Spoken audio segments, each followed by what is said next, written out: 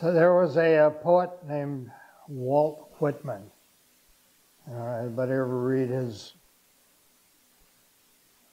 work of Leaves of Grass, the different editions and everything?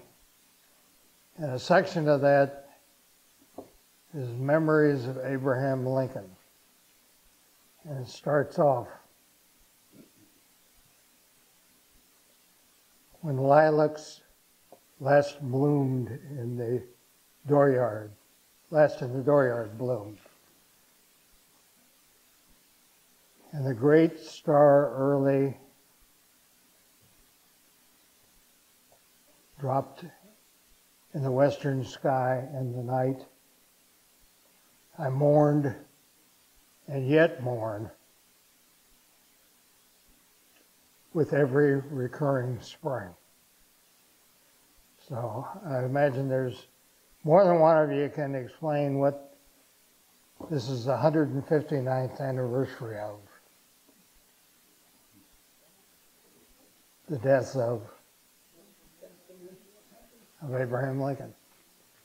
And his ill-fated presidency was entirely consumed with the conflict, the war between the states, as they used to call it down in Texas where I grew up, the late unpleasantness, or the Yankee aggression, and various things. But officially, it's called the War of the Rebellion. Excuse me. So a week ago, the eclipse tracked right through here, totality. It started into the United States at Eagle Pass, Texas, where I used to live, and my father was the head of the Border Patrol station there at Eagle Pass, Texas. And 2 blocks from where I lived was a park called Shelby Park. And Shelby was considered the graveyard of the Confederacy, because Shelby's Missouri Brigade that fought for the Confederacy never surrendered. They went to Mexico, and they sank their battle flags in the Rio Grande right there. And currently, we've got a situation where the state government and the federal government are at odds. And it smacks very reminiscent to me of the situation that divided the country, like totality swept from Eagle Pass, Texas, right up through here and out of the United States. Fortunately, we understand what eclipses are about now. We don't think it's a sign of doom. Or is it? Who knows? So, with that as background, I welcome you to a presentation jointly by members of the Standard Camp of the Sons of the Union Veterans of the Civil War. We have our commander here, Andrew Whipple, our secretary, treasurer, Charlie Miller over here, and afterwards they will be happy to explore with you if you have an interest in becoming a member of this group, and the process for doing so. So what we'll talk about today is the fact that Vermont Route 15 is officially designated the Grand Army of the Republic Highway. You've probably seen the signs, right? And some of you may have been curious about what's the signage all about. So we're going to back into the history of the War of the Rebellion and the veterans that fought this war, this conflict between the states, and the organization that was developed afterwards, and eventually get to the point of where we explain why Vermont 15 is the GAR highway. If I got this right, that should advance, that should advance. Okay. So I don't know how many of you are deeply into history and geography, but I always find it useful to kind of set the stage with a quick review of what things were like back there. So 1860, we had 34 states at the time and a bunch of territories. And that was the layout of the United States at the time. There were about 30 million people in the census that was counted in 1860. About 20 million of them lived up in the northern states and the border states, and 10 million lived down in the southern states. But of those 10 million people in the southern states, 4 million of them were owned as property by others in the state. Not that everybody was a slave owner in the southern states, but there was a group of people who were enslaved in the South, but for purposes of representation in Congress, they were counted as 3/5 of a person, each of them. Famous 3/5 rule there. 1860 was the watershed in terms of the election. It was a presidential race that was on. Of course, all the representatives and a third of the Senate would be elected, but senators weren't elected as a popular vote back then. And in fact, the parties, there was no state ballot. You had to know who was running and cast your vote for it. So the parties would put out their own ballot sheets that you could drop that in and say all of the above there. Yeah? So 1860, election was in early November, as now. The Democratic Party split north and south, had their own conventions, their own platforms. There was a fourth party that got involved, the Constitutional Union Party, nominated John Bell. Picked up a few votes, but because of the division between the Democratic Party, north and south, the very new Republican Party had no trouble electing Lincoln. So as you can see, he only got a 40% plurality because of the divisions. On the 18 states, these were all free states up in the north.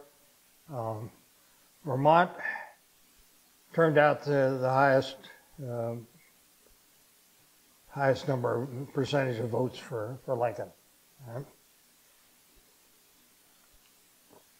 This is what it looked like, kind of graphic thing. You can see there's a big swath of territories there that weren't states and couldn't vote. Yeah? But those were the number in those, the number of electoral votes that each state was allocated.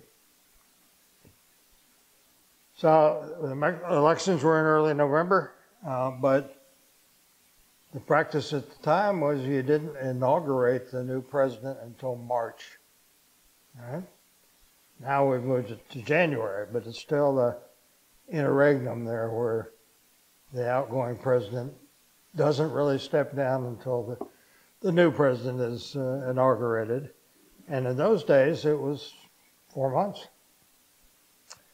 Well, Lincoln tried his best to assure the South that he was his job was not to abolish slavery. It was not his job to get rid of that institution, but they were very nervous about the new Republican Party and their abolitionist trends, and some of the states voted to pull out of the Union. Yeah. So as early as December, there were southern states that were seceding from the Union. By February, 3 of them had formed the Confederacy. And then after Lincoln was inaugurated in March, another 4 joined. So there were 11 Confederate states there. These Confederate states immediately started taking over the federal facilities. Now, we only had about 15,000 men in the U.S. Army at the time, and about a third of them resigned their commissions, excuse me, and went back to their southern states to volunteer to serve in the Confederacy. You could do that if you were an officer. If you were an enlisted man, you weren't allowed to resign in that manner, although a number of people did desert to support the state to get out of the U.S. Army. So what did it look like? It was the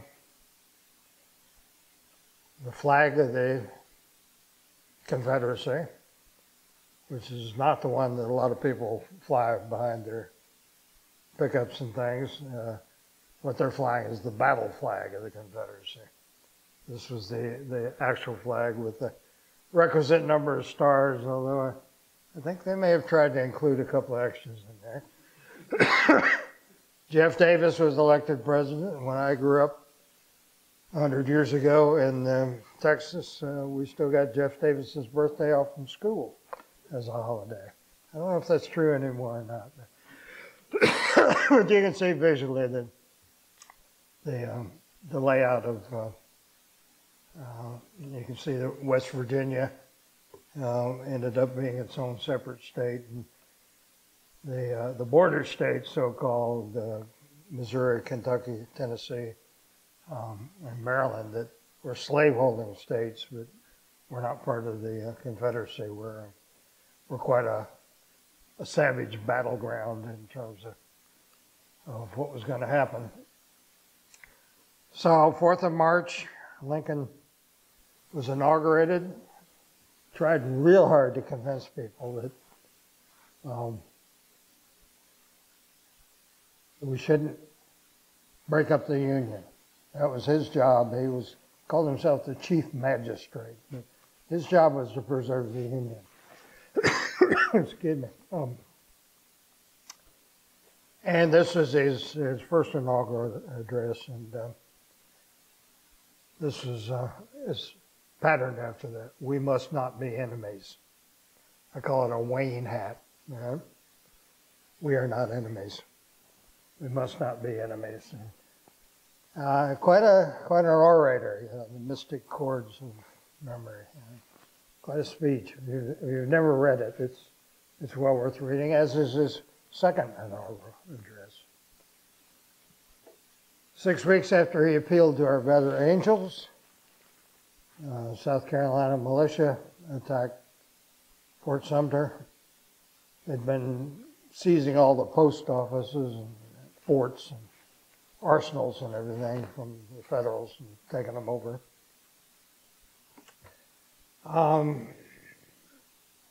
This resulted in what is officially called the War of the Rebellion,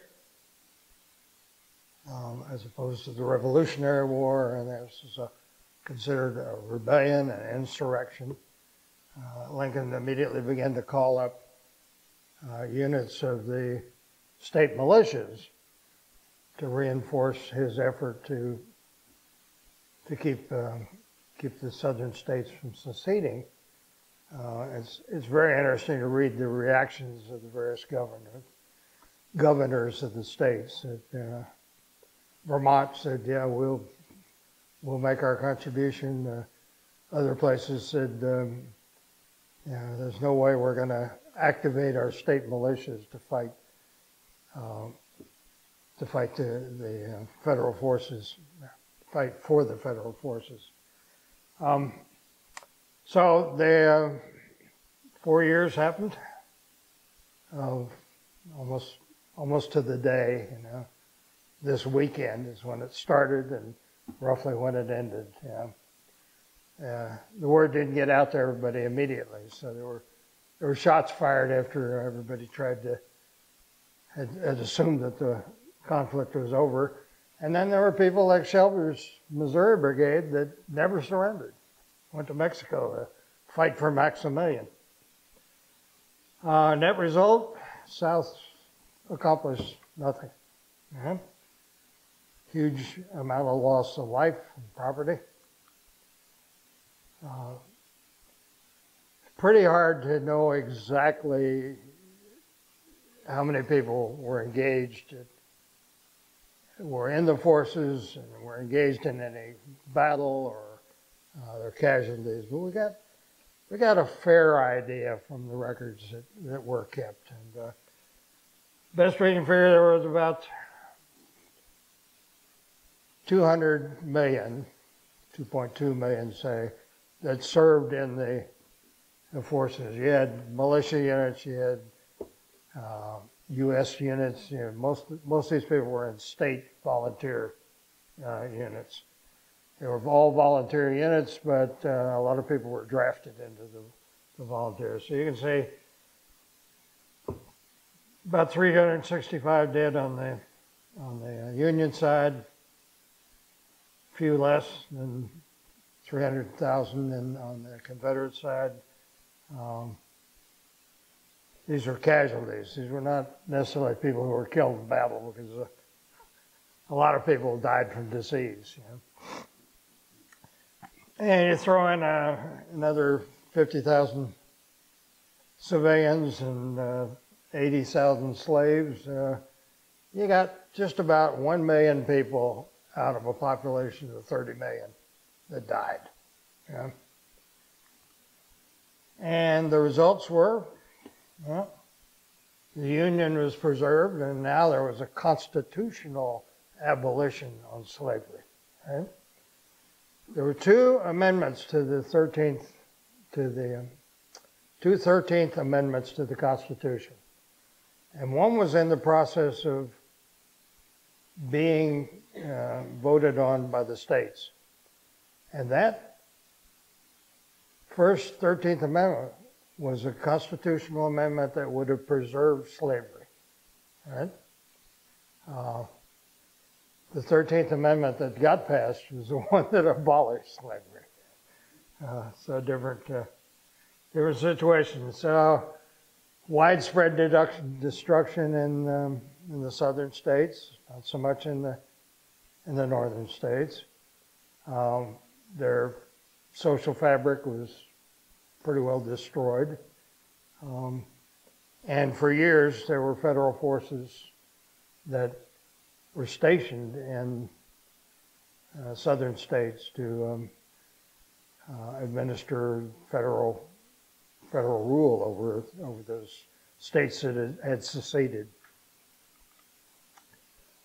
What it cost? 1 million lives. Thousands of people that just went off to war and you never heard. You never heard what happened to them, Other hundreds of thousands that were maimed with particularly nasty wounds with the old soft lead mini balls that if it hit you in the arm, there wasn't much choice, but you had to take the arm off, right? Many of the Confederate leaders were imprisoned at various times or exiled. Jeff Davis lived just across the border up here in Quebec for quite a while. Was taken in up there. A huge amount of money spent during the conflict and afterwards to, excuse me, to care for wounded soldiers and widows and orphans. How many of you have been to Gettysburg? Probably quite a few. Yeah, the bulk, almost everybody. So 1913 looks a little different, but it's a very, very moving, significant piece of our history. So well worth a visit, but it looks like everybody's pretty well done that. So these 2.2 million people that served, minus the ones that didn't survive, quite significant numbers of people that died.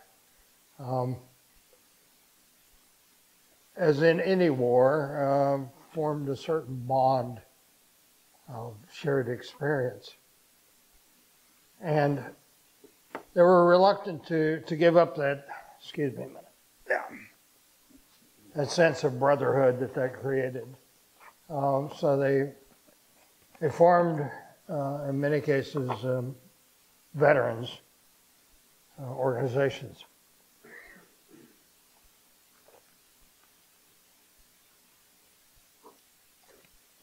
In some cases, they were agitating for veterans' benefits.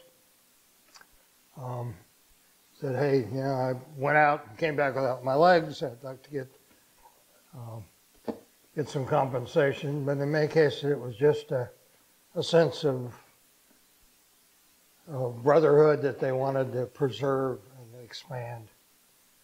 There were specialized units like the officers had their own unit called Mollis, military order. But the largest and the most democratic of these was the Grand Army of the Republic. These were Union veterans. You had to demonstrate that you had served in the Union forces, but these included things like the Cutter Revenue Service of the Coast Guard. They had them all spelled out as, this qualifies for being federal service during the conflict.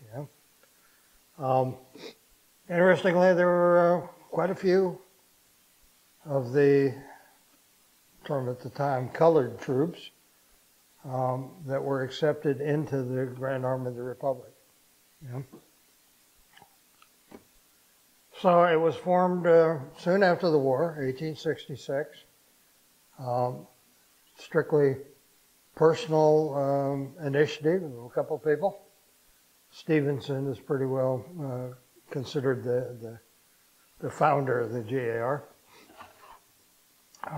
Spread throughout the northern states, although there were chapters outside the northern states in the south, because a lot of guys had served down there, and some of them had settled there.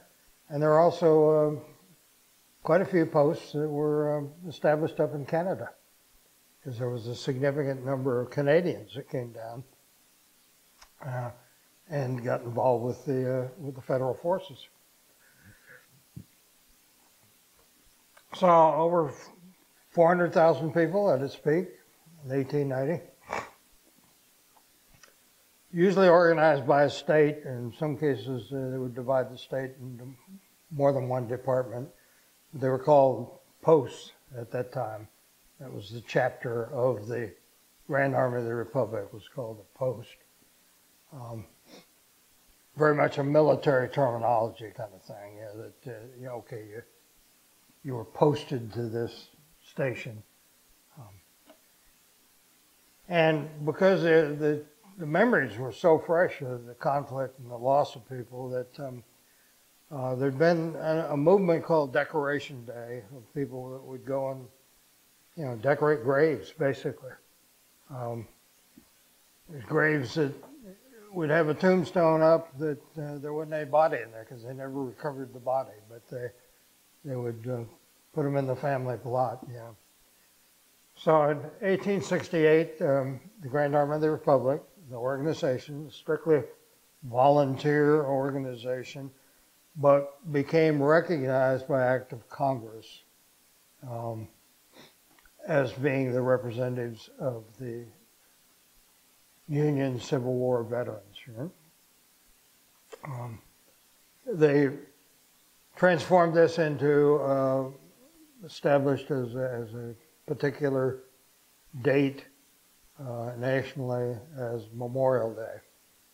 Now there's half a dozen places that claim that they are the original Memorial Day places. A couple over in New York, and but people were doing Decoration Day, and this morphed into Memorial Day.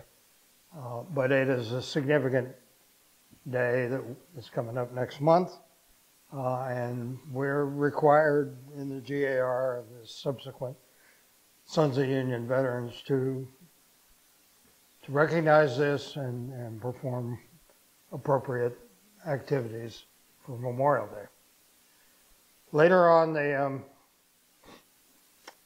group of ladies that was associated with the GAR, there were several groups of them, but one in particular was Women's Relief Corps, and they led quite a significant effort to erect monuments.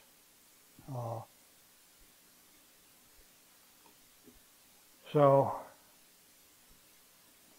on the right is the marker for a GAR veteran to be placed on his grave. Unfortunately, now that we got machine mowing, a lot of times these things are not on the right grave anymore because they get pulled up and thrown someplace and get stuck someplace else. But at one point, it was quite the practice. If somebody was a GAR member, you marked it with that grave. And on the left, there's the medal that's being sported by several of our members here of the Sons of the Union veterans, but this was the original GAR. So they were quite active in looking for pensions and creating hospitals and things that would benefit the veterans.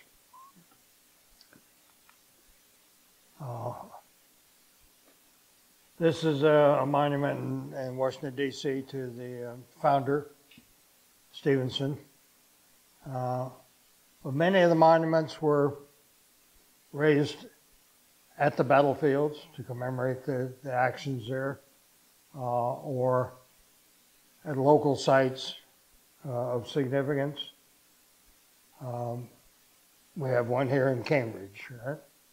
Over in Cambridge Village. And the grave sites were often marked. Now, as people died off, the actual veterans,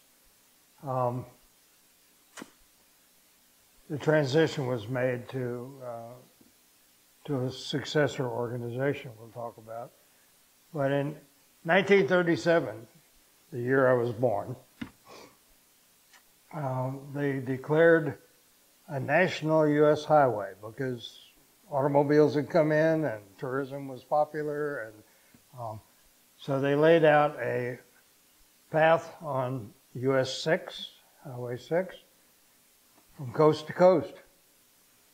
Unfortunately, you can see it didn't come through Vermont, right? You can see the signage there, Grand Army of the Republic. And, so being Vermonters, they said, well, we'll do it ourselves, right? And we'll declare our own GAR highway, right?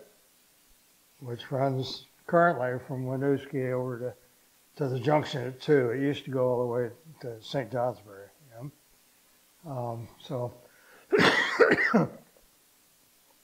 about 70 miles, and there's signs marking the GAR highway all along there.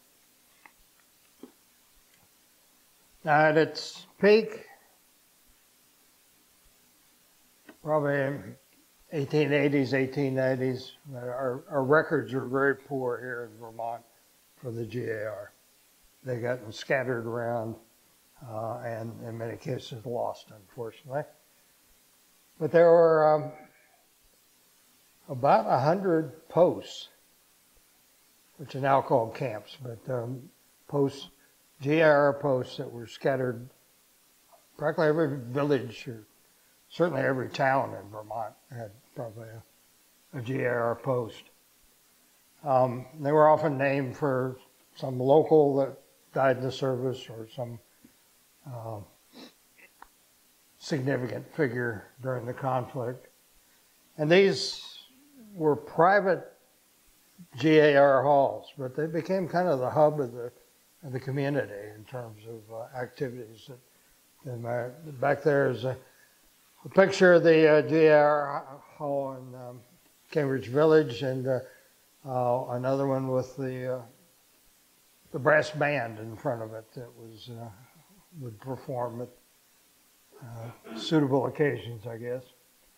So of the 350 people in Vermont on the 1860 census, about 35,000 went to war, served, and about 5,000 of them died. Probably 3 to 4 times as many people died of disease than in battle. The Vermonters had a unique unit organization called the Reunion Society of Vermont, and it was just for officers. And the first president of this was General Standard. That was formed in 1864. And they met at different places. They didn't have a reunion society hallway or anything like that. They would meet in a big hotel or things like that. But it was good because there were a lot of records. And they would invite, General Sheridan or people to these reunions. As the original veterans died out,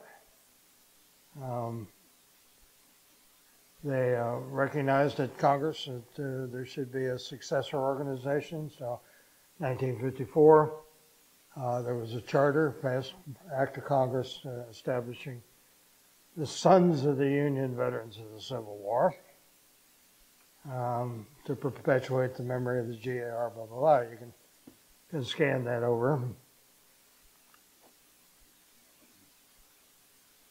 They had maybe 100 posts here in Vermont with GIR halls, but there's only one that still exists as a building. It's over in Calais, and next month we will hold our encampment there for the department, which is down to 5 groups, which meet in Barre, Rutland, Milton, which is the standard camp that's represented here. A brand new one over in Lincoln. Real Live Wire has revived the Garfield post at Lincoln. And I was just amazed because the Historical Society brought out the original banner, which is quite impressive, from the Garfield post, Strangely enough, Garfield apparently was not a member of the GIR, even though that starts his name, is Garfield,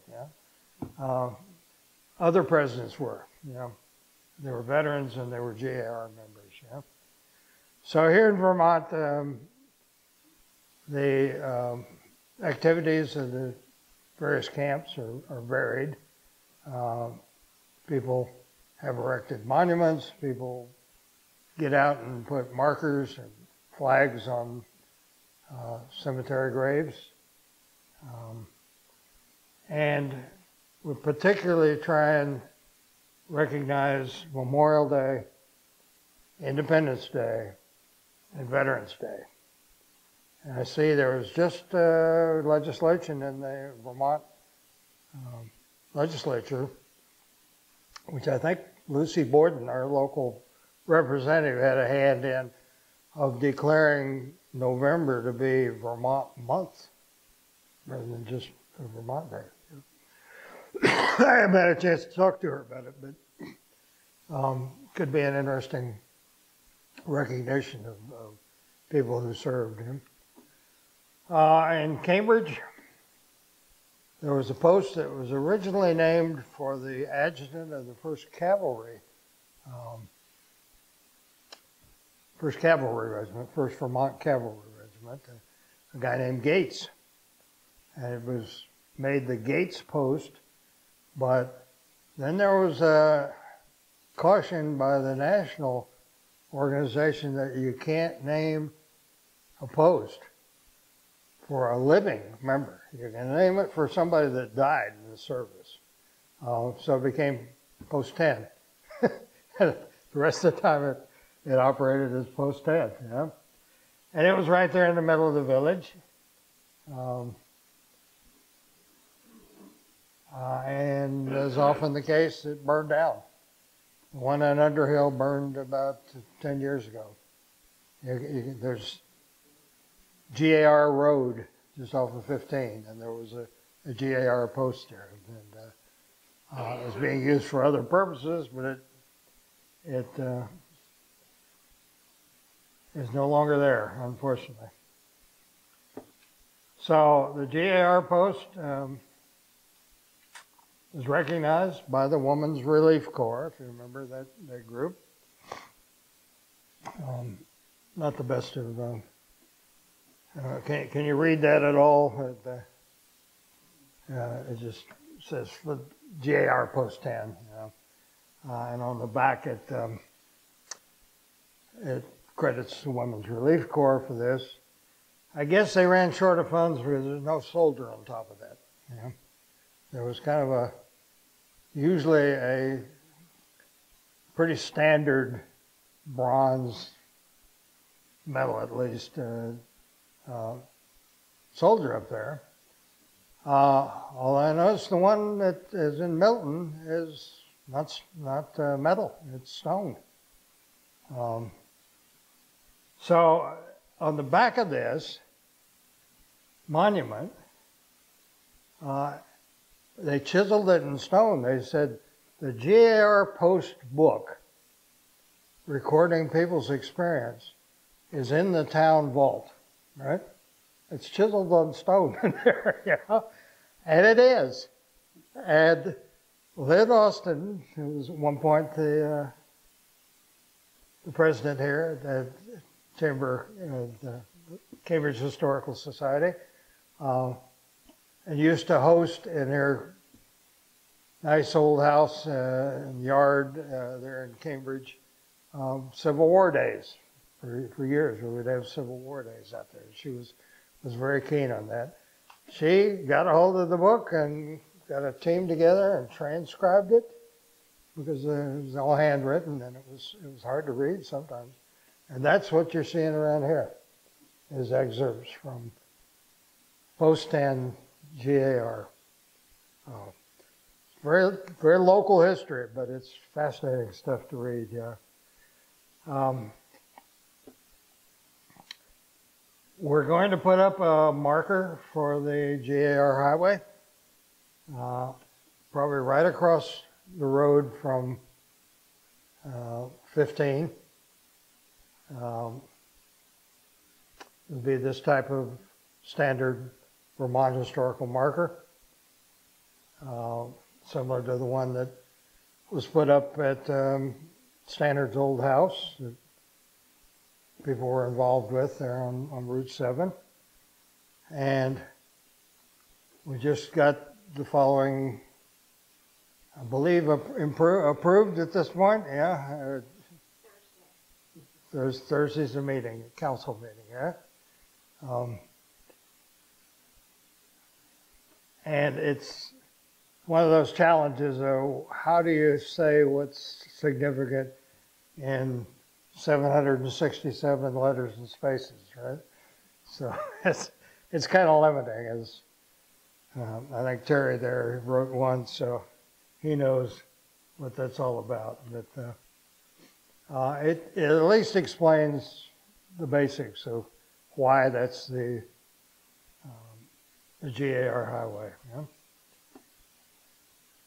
Now our camp that I belong to, I helped to revive it about a dozen years ago. It was named for General Stannard. Um, he was probably served the longest of anybody because he was a militia leader, had a militia regiment with a company, ran some guards up in St. Albans. And when Lincoln put out the call for troops, he reported ready earliest of any. And he didn't finish up with his service till after the war because he was assigned to the Freedmen's Bureau to help deal with the emancipated slaves. Yeah? And his grave at Lakeview Cemetery in Burlington, interestingly, is the only one with a statue. Yeah? And that statue is a replica of the one that's on top of the tower for Vermont at Gettysburg, which is historically kind of inaccurate because he didn't lose that right arm until Petersburg the next year. Yeah? So Stannard was in charge of the 2nd Vermont Brigade at the Battle of Gettysburg. Did a fantastic job of leadership because he'd just been assigned, pulled off the line down in Virginia and assigned to the 1st Corps and never got incorporated with the command structure. So he was on his own, and he did quite a good job of significant job. He lived in Burlington for a while, and the Stannard Camp was originally the building on the left, which had been the Fletcher Free Library, and it became the Stannard Camp of the GAR, which is, pretty solid place right next to the City Hall, right there at City Hall Park. But it all got torn down in 25 when they put up a new Women's Relief Corps again. It's the only statewide Civil War monument in Vermont. There's a lot of statues and monuments and recognition for the local people. Of course, there was never a battle up here. There was a St. Albans raid, but so it's kind of significant that there is quite a handsome monument. It went up pretty late, 1907, but the Women's Relief Corps was still active at that point. And they redid City Hall Park significantly, but they've maintained that, fortunately.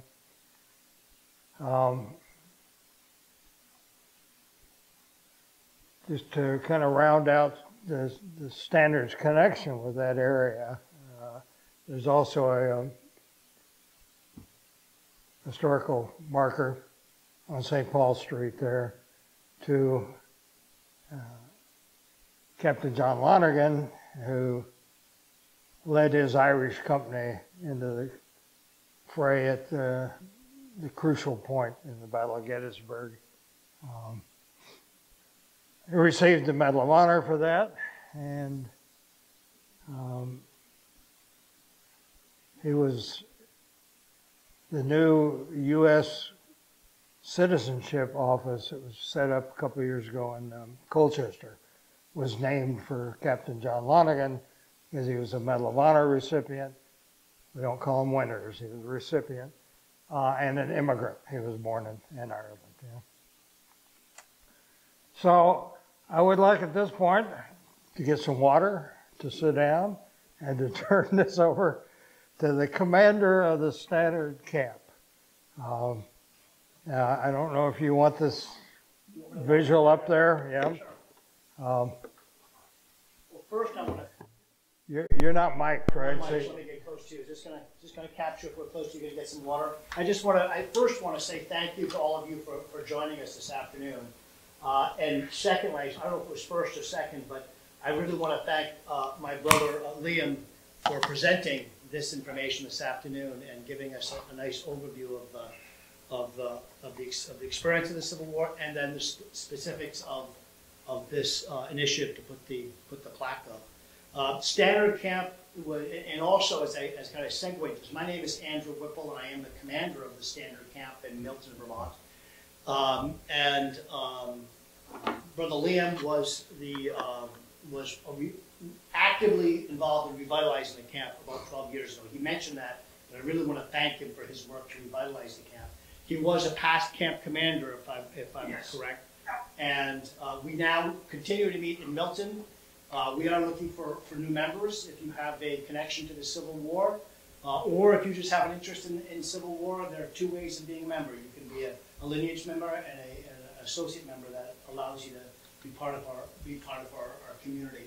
We do honor the boys in blue through Memorial Day activities, honoring their grave sites, and we meet together in a spirit of fellowship and fraternity to support the folks who are both interested in Civil War and also have direct connections back to the Civil War. For me, my connection back is my great-grandfather and my great-great-grandfather and my great-uncle fought in the Civil War out of Rhode Island and others in the Massachusetts area.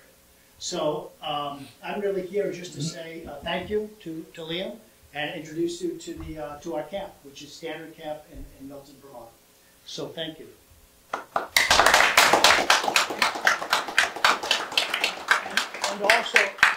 And also thank you to the Historical Society for having us today. Really appreciate your kind welcome. So thank you very much. So, I got some water. I want to sit down, but if you have any questions, or is this still working through the? Yep. One of us would try and answer because between collectively we got all the answers. But if I don't know it, I'll pass it to the commander. So, did anybody have raise any questions? Well, we also have another brother here from our camp, Brother Charlie Miller. He's our secretary and treasurer. So thank you for joining us. Yes, and afterwards, if anybody has any questions about the Sons of Union Veterans, particularly the Standard Camp, you can approach me as well. But how many times was General Standard wounded, Liam? I heard 4. 4 times at least, and I'm not sure if there was a 5th. He got shot in his own tent one time. A guy accidentally shot him with a pistol. And I don't think that was ever really recorded as went in battle at the time. And the Lonergan's regiment was at the 13th Vermont, I believe. Company A. They were 90-day wonders, and they were within about 2 weeks of... not 90-day wonders. They were 9-month service. 9-month service? Yeah. I thought some of them were 3 months. 90-day wonders was World War II. We used to call that second lieutenants in 90-day wonders.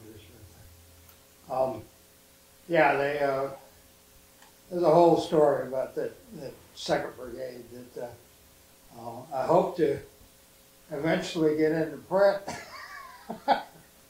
So I got it almost ready to go. And Bill Cagle back here has offered to see it through the process of actually putting it in print. Yeah. So what else might we expound on? It's an open kind of hit there. Tying in kids. Tying them in. Mark Twain, Huckleberry Finn. The young reprobate, wild thing, Huckleberry Finn, was always going to take off with territories. And that goes until you see it. What the territories were? But the territories were half the country. So kids willing to chance that, and their ignorance in general, it's kind of impressive. You don't pick that up going through the first or 2 or 3 Thank you for the comment there. This is Laura Treishman, who's got a couple of different hats, but is responsible for these wonderful historic markers we put up. So, would you like to say a few words about the marker program? Yeah, thank you. But I'd ask you to maybe stand up and turn around. And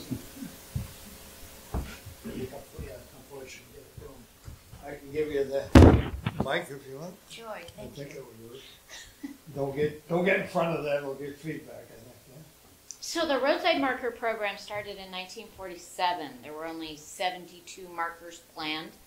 They were just to be like advertisements. But the popularity of the program, the Vermont legislature immediately has been funding ever since 1947. And this will be the 322nd marker, I believe. There's also one that I always remind people about in Virginia, the Battle of Cedar Creek. I don't know how many other states have markers in other states, but we're very proud of that one. And it's the most monitored marker that we have because people are constantly sending me photographs of it. That's good. That's good exposure. But I want to thank Liam for this marker in particular. He kept on me even when we had to shut down the program temporarily during flooding. It is 765 spaces, and it's very hard to tell a story and figure out what is important and figure out what elements need to be told and exactly the wording of how to do that and get the facts right. So thank you very much to you and your fellow historians for that. It will be going before the Advisory Council on Historic Preservation this Thursday.